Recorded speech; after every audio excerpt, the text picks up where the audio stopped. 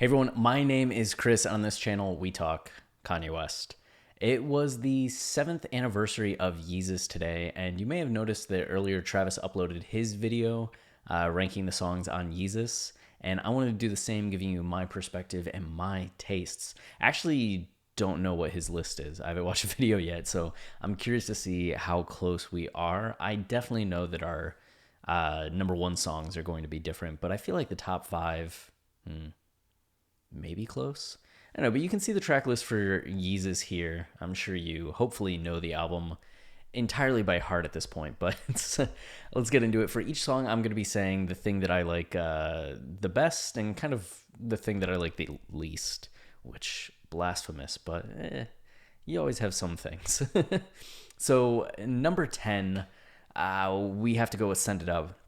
And Send It Up is in a strange place for me because it's the one song on Yeezus that I sometimes, not now, but in the past, used to skip. Actually, Guilt Trip too. I had periods where I would skip these. And as I got more into the concept of the album, it became impossible, the idea to ever skip them. But if I'm just on shuffle and Send It Up comes up, I don't really have the same like excitement for it, which is kind of strange. It's like in the course of the album, I get so excited when it's on, but also at the same time, just by itself, And I think the high for me, and what's weird is because the things that I love about the song are some of the top moments on the album for me. Specifically, when you get to this point, and she can't go to work, same clothes again, and her heart colder than the souls of men. Louis Vuitton on the toes again, tight dress, dancing close to him. Yeezus just rose again. This song, coming as the penultimate song on the album, has so much meaning and weight, especially as Kanye has been exploring fame and culture, specifically how fame and culture affect his relationships with women. And to have the album build to this point where he's dancing with another one of these dime a dozen club girls, and he finally characterizes her in a way, because you listen to On Site and the girls are just there to like sleep with Kanye, and they're playthings for, or Yeezus, right? They're playthings for Yeezus. Same thing with I'm In It.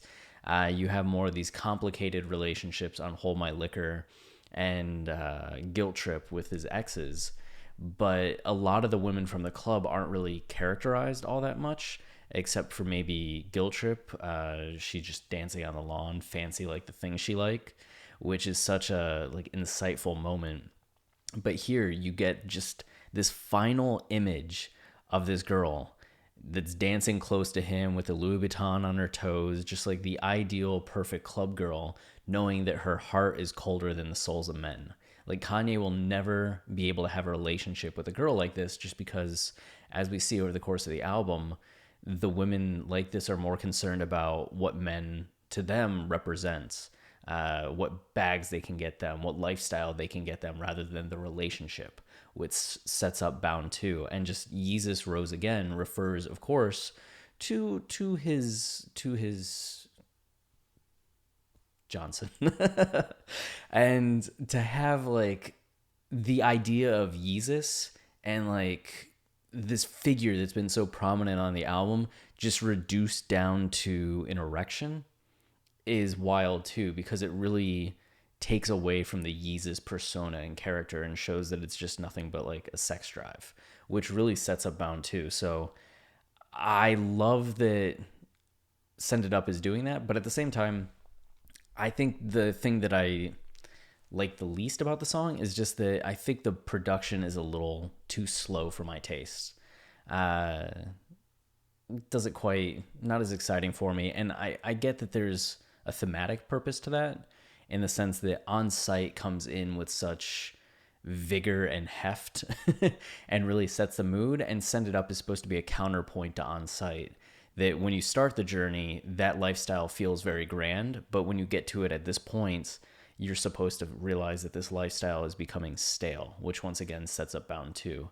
So thematically, purposefully, like the function of it works very well, but the form of it isn't something that I necessarily like get excited to listen to. Though there are times where I'm just like, yeah, fuck yeah, Send It Up. What an amazing song. So it just it's one of those that I can love, but sometimes if it's not hitting, it's not hitting. And then that brings us to number 9, which is Guilt Trip. And again, this is my number 2 favorite album of all time, number 1 favorite album. So these complaints are very relatively nothing. But Guilt Trip is another one that, like, the coming down off of Blood on the Leaves, which is such an epic, especially that middle run of New Slaves, I'm in It, Blood on the Leaves, coming to, and Hold My Liquor, right? Coming then into Guilt Trip and Send It Up, you feel like such a, like, you're taking a breath in a way rather than having that like epic run. You need some breathing room and to scale back a little. So Guilt Trip comes in at 9 just because it is a little bit more scaled back. It is a little smaller.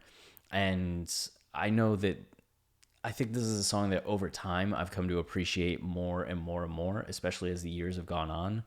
And the thing that I really, really like about it, one, you have the pop can hook, which talking about them, all of them going softer than clay, which Kanye or Yeezus at this point is going softer than clay. He's no longer like living that like I'm the man, I'm awesome attitude. He's finally and rejecting his feelings. He's finally accepting his feelings.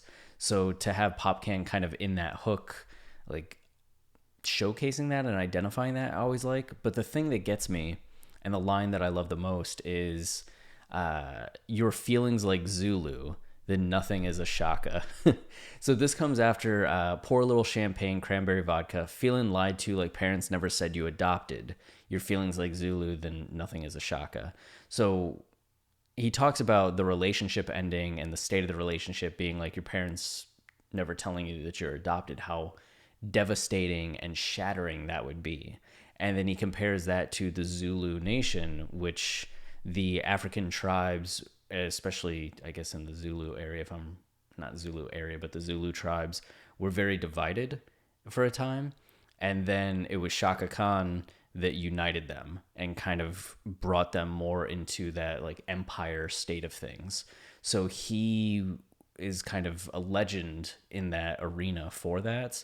So to have him saying your feelings like Zulu, then nothing is a shaka, is such great wordplay because it's saying that your feelings are disparate and separated. They're divided and they don't have a Shaka Khan to unite them.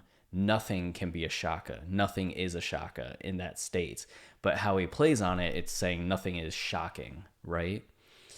It just layers. There's such cool layers. And there's something too about, not to get too into it because this would take forever, but Kanye had made a lot of historical references on this album.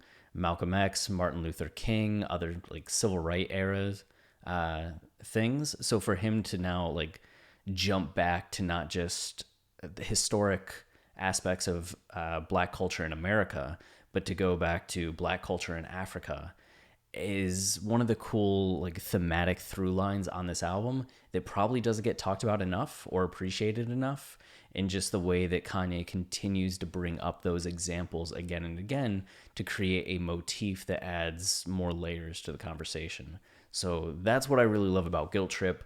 The thing I dislike is just sometimes, again, it's a little slower and a little softer to me, to where I don't like get as hyped, especially coming out of the run of the songs before it. And just want to give a shout out to this image here of her just dancing out on the lawn, fancy like the thing she likes. Like, I don't know if this is the girl from I'm in It, one of the girls that he talks about on Blood on the Leaves, or just another one of the girls in that mold like we see at the end of Send It Up. But regardless, you can just reducing her or painting her as fancy like the things she likes, you get that simile that takes her and positions her against the materialism that she craves and loves. And like reducing her sounds kind of mean and rude, but it's showing that people at a certain point that are just craving these things become these things without any more substance.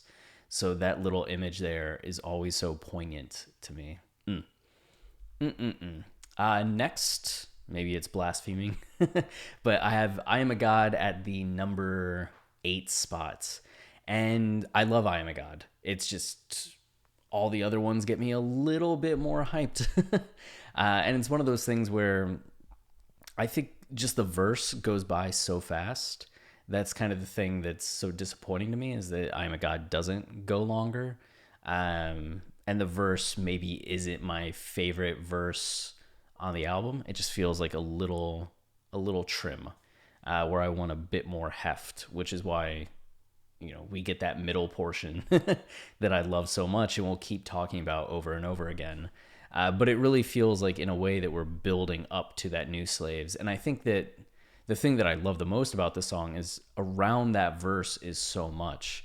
Like the refrain, like hurry up with my damn massage, get the Porsche out the damn garage, getting to the conversation with Jesus. Like the song really it starts to feel a bit more like bizarre and postmodern rather than your traditional song, which I think is why that verse always kind of stands out to me is because it's bookended by such weirdness.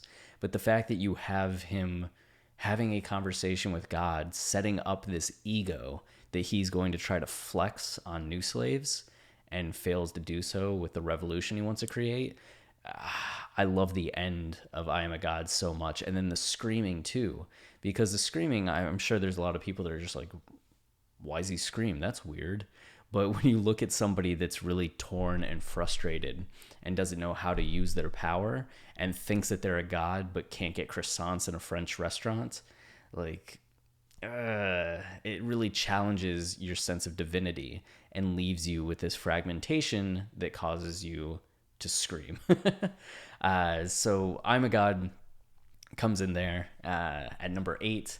At number 7, we have Bound 2, which I know Bound 2 can be polarizing for a lot of people because for some, it's the first song on Yeezus, I'm pretty sure, that just is like melody, is music.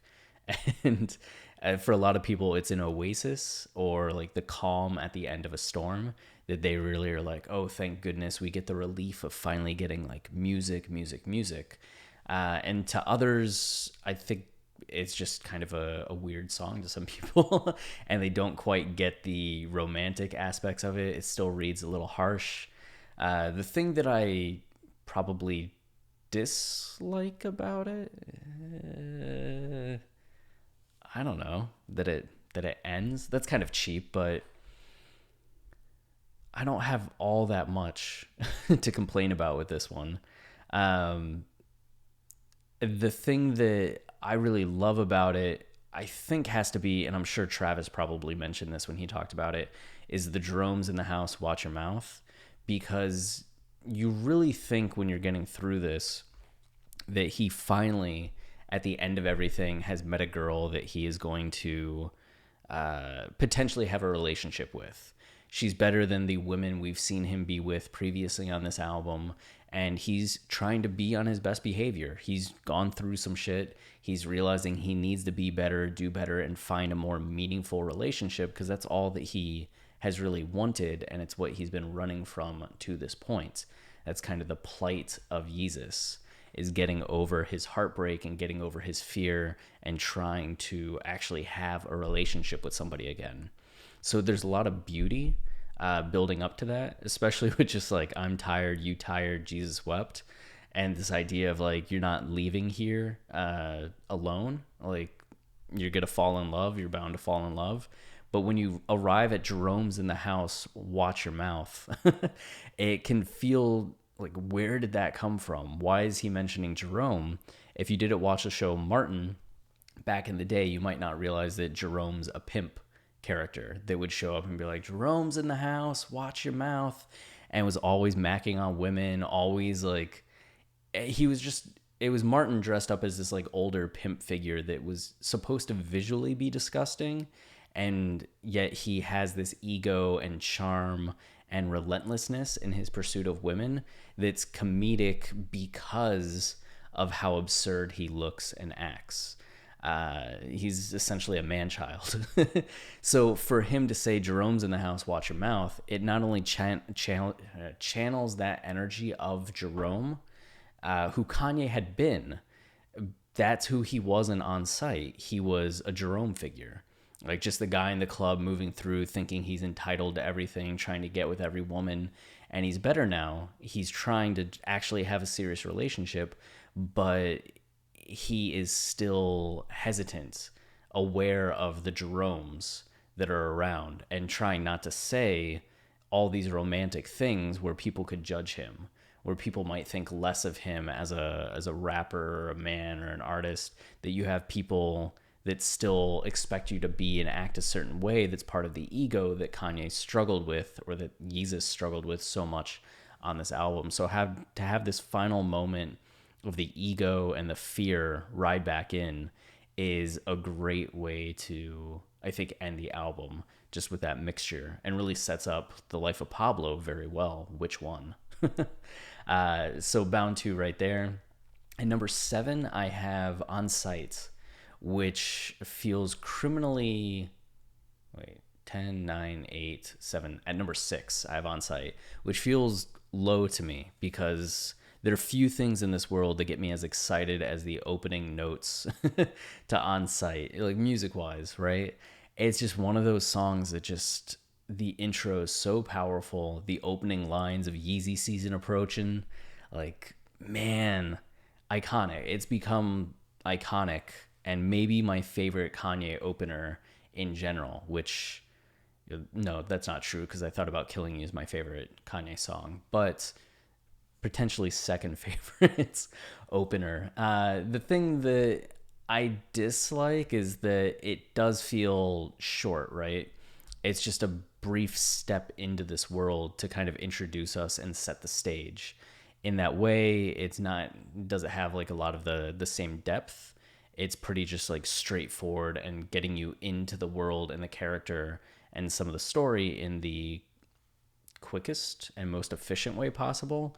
So shortness would be the problem here. But the thing that I love about it, I think just the production, those opening notes, the way that you're going through the song and having that ugliness that's the undercurrent of everything, when what Kanye's saying is so, I don't know, egotistical and proud, and what I think a lot of other people would take pride in, to have that soundscape that makes it so ugly. Yeah, I like that a lot, which definitely sets up the ugliness that we see play out, and especially the ugliness that we see Kanye try to eradicate. I mean, that's the thing, that you have this interlude, oh, he'll give us what we want, it may not be what we need, and there's music in that interlude that you don't get anywhere else until Bound 2. So you legitimately have the foreshadowing of Bound 2, which sets up this journey as like God testing the Yeezus character. That he's not giving Yeezus what Yeezus wants, he's going to give Yeezus what Yeezus needs, which is a journey that challenges Yeezus to deal with the things that he hasn't wanted to deal with and come out the other side a person that could have a relationship. Which is fitting because at the end of the concert, which had a 5-act structure and saw Kanye wearing the mask and the mountain behind him that was emblematic of him climbing to the top and fame. I mean, you even have at the end of this song, everybody want to live at the top of the mountain. That's what the mountains symbolize, that wealth, that fame, that lifestyle. And it's near the end of the concert that Jesus splits the mountain, walks out onto the stage, and blesses Kanye. And it's then Kanye removes his mask and is himself again and goes into the last kind of medley of songs, ending the show with Bound 2. And even when Bound 2 ends, do you know what plays over the speakers as Kanye kind of remains on stage for those final moments? He'll give us what we need. It may not be what we want, which just shows that this journey was about what the character, what Kanye needed to experience, not what he wanted to experience. So I really appreciate the foreshadowing elements and just all the form and function elements that On Sight has.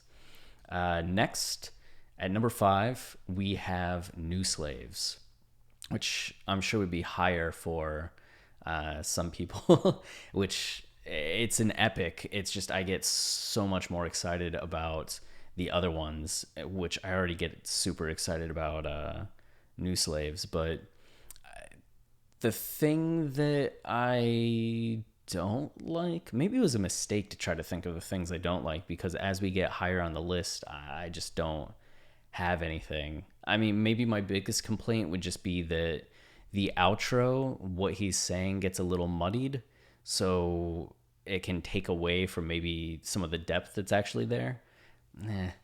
The thing that I love, oh God, where do I begin? The thing that I think is most interesting, at least, is how he uses the intro and the outro. Not even in the verses, but in the intro, it's chill, chill, chill, chill, chill from Swizz Beatz, which actually comes from the Power remix, which was Jay-Z and Kanye just talking about having power. And they actually use the I Have the Power sample rather than like the King Crimson sample that we get. So it's a very different sounding song, and Kanye reflects a bit more on the power that he has. And at the end of it, after he has this, like, I think it's like a 50 line verse or something like that, Swizz Beatz comes in and is like, chill, chill, chill, chill, like, whoa. I think they even say, yeah, it doesn't have like the final thing, like, chill, yay, chill, but to have that there, it recalls in some way that the song of the Power remix, and shows you that Kanye is thinking about the power that he has and wielding the power that he has, which then leads into what he's trying to accomplish on New Slaves, which is make everybody aware of what is going on and hopefully start this revolution where he can be the new Malcolm X. He can be like Martin Luther King. And this isn't going to be like he's going to lead people out and kind of this new world civil rights movement. But it doesn't happen. The intro is just him saying like, I won't lose, I can't lose, I won't lose, but then getting high and falling and having just those little story details that are really important come through in these very subtle ways in the intro and outro.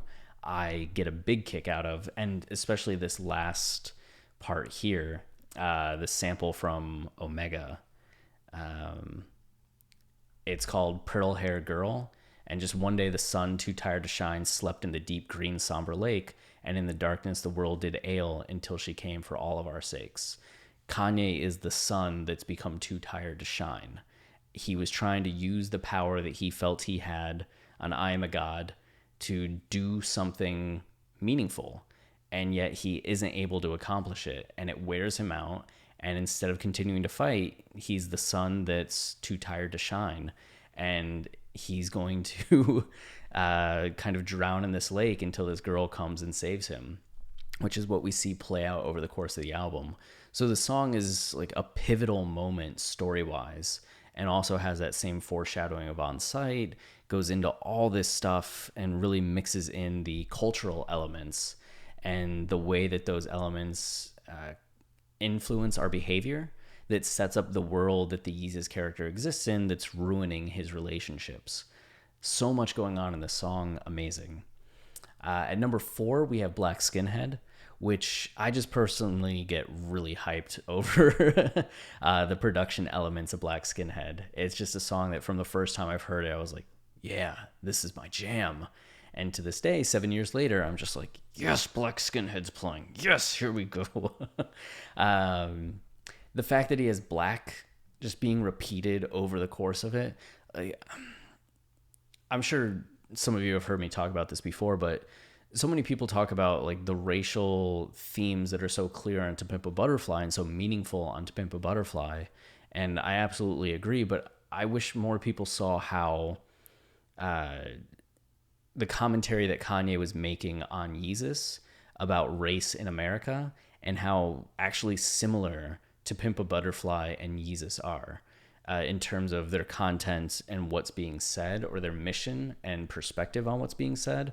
The styles are different, how they're saying it's different, but there's a lot of similarities between these projects when you just zoom back and look at what they're attempting to speak on and the point of that. And Black Skinhead's definitely one of those songs that gets into the state of race in America and where Kanye thinks that his place is, or where the Yeezus character thinks his place is in this. The fact that at the beginning he understands that he's this leader figure and the power that he has, and he ends by saying, like, what's everybody else doing? Like, they ain't doing shit. Like, it sets up the idea, like, they ain't ready for action. I'm like Malcolm X. You know what? I'm going to be the one that takes action. I'm going to be the one that gets everybody to rise up. And to have that little arc on this song of, I'm somebody that's a leader. Look at all these people that aren't doing anything. They need a leader. And that's going to lead into what we get on I Am a God and New Slaves and the failed revolution that he wants to have. I just love how this song sets up that arc. But plus how it also pays off on Sight, where On Sight you have him so stuck in the club scene, and here you get the sense that this is him driving home at night, 4 a.m, and just what's going through his head, and adding that bit of character depth and character development that he is seemingly on Sight just about the party scene. But then you see outside of that, beyond that, that he has these deep thoughts, that his ego is both driving him and tearing him apart, and that it's leading him to this very motivated and conflicted place. Like, that's very cool to me. And the fact that this ends with him yelling, God, God, God, God, and just starting to get himself ramped up and that energy going, that's really cool. Number 3, we have the unlikely I'm In It. I'm In It is another polarizing song where I think most people just don't like it. And I think part of that, it's so blatantly sexual. The first verse is just him like about to have sex with this girl that he met at a party and is bringing back. And you're getting all this, like, I don't even think it's pillow talk. It's just like foreplay talk, and gets like very aggressive. And then you have the aggressiveness of Assassin's part, and then Kanye coming in with like, it's such a fractured and fragmented song in these various pieces and supporting voices that are coming in. But that's the thing that I love about it, is the album is Kanye trying to maneuver between his ego and his vulnerability, which is what we'll talk about and see on Hold My Liquor. And it's very controlled. Like, the ego is dominant early on, the vulnerability is dominant in the latter half of the album. In the middle, you really start to see them in conflict, which makes sense. That's like basic narrative structure, right? You have a character that's bad at the beginning, ends the story good, but in the middle, there's that conflict between good and evil. Like Logan, you look at the movie Logan, and he starts not in a place of like isolation and loneliness, and then has to deal with the fact that he has somebody that he cares about, and that push and pull between wanting to keep them, wanting to push them away, until like caring about them wins out at the end of the day. So very basic in terms of like the idea of where a character story goes, but that doesn't mean that the times where we have that chaos and we have that conflict really come to a head between these two visions of self, or mental outlooks, isn't powerful. And that's what I love about I'm In It, is that you see the war between the ego and vulnerability really like ramping up in a way to where Kanye is torn and doesn't quite know which place to exist in. So you have something like the first verse that is so sexual and aggressive, and then something with like Kanye and Justin Vernon that's far more emotional and vulnerable, contrasted them by Assassin and contrasted them by Kanye's verse, like talking about picking up where we left off, I need you home. It's just sexual all over again. And I know people have issues with the civil rights sign part and like titties, let them out, they're free at last earlier. But that's one of the cool things to me. And maybe my favorite thing on this song is just the fact that earlier we just saw in Black Skinhead, Kanye's thinking of himself as Malcolm X. He's wanting to have a revolution. And New Slaves, he's talking about the civil rights movement and the sit-ins and this idea of slavery. They're very high-minded, highbrow, socially conscious thoughts. And all of that's been compromised and reduced to just sexual innuendo. So while it does come off as disrespectful, that's the point. Like the character is in a place where all of these high-minded thoughts that he had are just reduced to sex. Sex is the only thing on his mind. Indulgence is the only thing on his mind. He has fallen off the wagon, so to speak, and is the worst version of himself. I think that's awesome. And then until Follow God, the outro was something where I don't know if we had ever had a verse like this before or like this after from Kanye.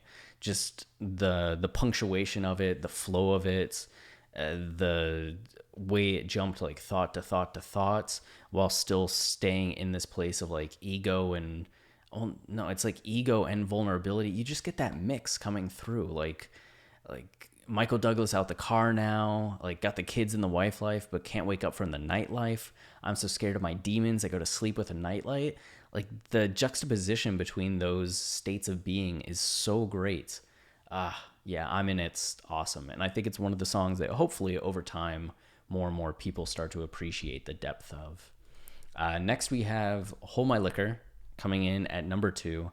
Hold My Liquor is just insane, right?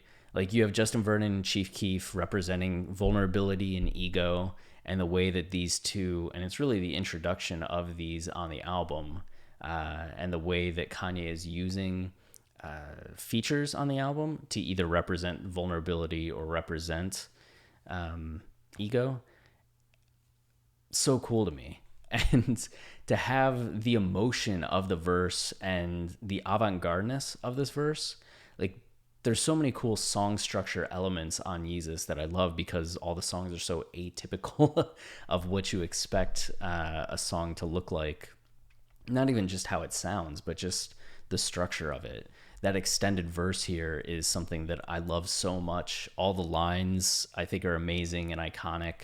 And to go from the heft of that to the emotion that you get from bringing Justin Vernon and Chief Keef back, and the outro. Oh God, the outro. We all love the outro, right? Just the production is pristine. The lyrics are amazing. The pivot in content from where we were on the first 4 songs into Hold My Liquor, transitioning us to the heart of the matter, which is the broken heart that Yeezus has, in him trying to heal that wound, first from an ex that's not going to work, then from sex, like we see I'm in it, that's not going to work, before actually having the confrontation that he needs on Blood on the Leaves, and then into Guilt Trip, really getting to have some comfort and solace leading into the rejection of that lifestyle and Send It Up, and then the new love on Bound 2. So Hold My Liquor, such a key song on this album, and just downright beautiful in and of itself. I could listen to it all day. And then we get Blood on the Leaves, which the cliche number 1, but I love epic shit, and Blood on the Leaves is, I think, one of Kanye's most epic songs. Like, I remember when Runaway came out, I was just like, Kanye will never be able to top this. This is just the most epic thing he'll ever be able to do. And then Yeezus releases, and I hear Blood on the Leaves for the first time. I'm just like, oh my God, he did it. Just one album later, he did it. My God, he did it. Yeah. And since that day, Blood on the Leaves has been my jam. It's been 7 years of me being blown away by this song. But just, again, I'm somebody that really likes avant-garde elements, postmodern elements. The fact that this song has so many pieces and parts and really indulges in each one and takes us on the journey that it takes us on is, I don't know, I love songs that have that journey, that aren't just the chorus and a verse, chorus, verse, and are what they are. The fact that this changes so much, and that where you end you could never imagine being, since it's so different from where you started. Amazing. And then the sample's iconic too. And that's one of the things I see people say, that the sample is pointless or it's such an emotional song, Strange Fruit, having it be about lynchings, that when Kanye uses it to just talk about like women and money, how not right that is for Strange Fruit. But I think that's not paying attention to what the album is doing. I mentioned earlier about how the album looks back at previous eras and puts them in a modern context. And it's Kanye relating those historic things to what's going on in his world today and making that connection between them. And that makes Strange Fruit all the more powerful, because as he talked about, like, we're the new slaves, I'm the new Malcolm X, all this stuff, to have lynchings come into the picture and have it be not quite the idea of the physical lynching that was the historical way of the Strange Fruit being created, but you have the actual emotional, financial lynching that we see play out on this song. That the Strange Fruit is not the same as before, but it is still a disheartening, sad, like tragic thing that's happening. And this is the way that it's playing out in our modern day. It's not the same as before, but it is, right? And just this evolution of the concept and idea. So I don't think it's a waste of the sample. It's such a payoff on so much of what Kanye had been talking about and building up to, that he could take this idea and say, like, this is tragic, this is serious. It elevates what he's trying to point out as a serious problem and subject matter, that you have men and women that are killing themselves trying to chase this lifestyle and just using each other, and how tragic it is that this is the result, that they are making each other into something that is just horrible. I don't know why I I love that, but I just think it's really poetic and beautiful, and it's on this level of thought and artistry that I don't see anybody else rivaling. As much as I love some of these other artists and love Kendrick and think Kendrick has these like top tier albums, I don't see Kendrick doing something like this in terms of sample and build up and the power that that sample has. Maybe the equivalent on Mortal Man in some ways, bringing Tupac in, but damn, like, I don't think anybody does production and meaning and sample meaning to the degree that Kanye does, and adding in the layers of meaning and intent that he does. It's just next level, otherworldly, amazing. Hopefully other people get on that level and do start doing that.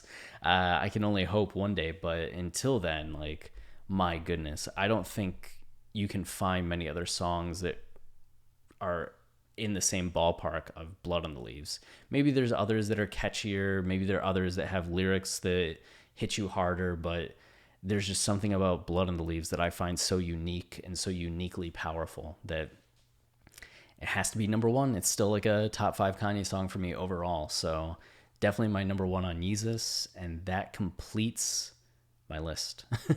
I don't know how close it is to Travis's, but hopefully we both said some things that made you think about the album in a new way, have some new respect for some songs that you may have just not had any specific thoughts about before, but can go back and listen to them and be like, oh, I like this a lot more now. If that's the case, perfect. If not, just keep rewatching these videos until you do.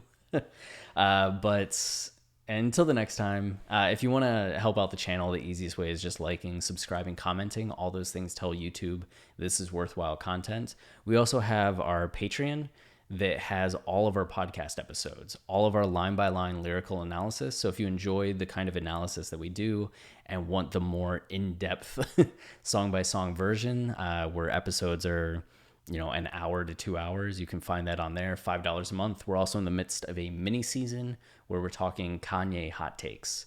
So the support is much appreciated. Just continue to watch videos is much appreciated. You can also interact with us in the comments section and on Twitter @Kanye Podcast. Till the next time, stay wavy and keep it loopy.